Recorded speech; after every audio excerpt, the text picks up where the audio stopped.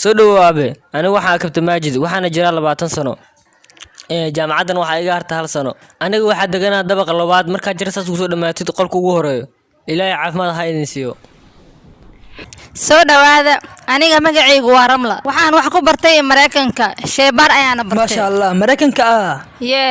tani waa ramladii aan lacagta u dir ku dhihi jiray ها تنا مرملا ما شاء الله ويناتي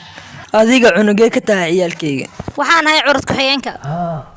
qolka diganta intuu ku yaala dabaqa labaad markaa jaranjarada ka soo degatid qolka koowaad ee bidix ka soo qabanayo marxaba aab intaas ka barin ka hor dhab ahaantii waxaa farxad ii ah oo kadis igu noqotay inay ila dhalatay gabar wax ku baratay wadanka Mareykanka muxuu ahay magacaaga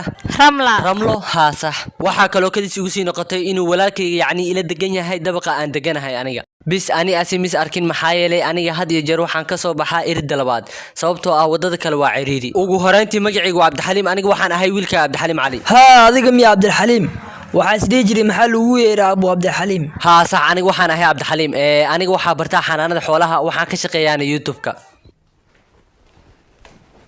marxaba aniga waxaan ahay Xamdi adiga miya ciyaalkeyga ugu weyn maya aniga waxaan ahay shaqaale waxaan ii shaqeynaa 7 sano 7 sano ها صح shaqada laba mar la iga celiyo la igu soo celiyo la iga buriyo la igu soo celiyo ما شاء الله hadirta waxaan ii soo diyaariyay Afrika ku soo dhawaada caruurteeda waa baahantiin afila waa toobir wallahi soo socda aniga u yeelay iga boobin aniga baaya heeso walaalkay kabta maajid aniga waxa la yaab sababta u kulmeyna anko walaalo ah oo waliba hal dabaq degan Cabdixaliim ma ogeynaa taa walaalkay waxa ka daawo jiray YouTube-ka waxa taay caan run sheeg ha wallahi ina keen waa baahanahay haduusan corona jiri lahayn mis arki lahayn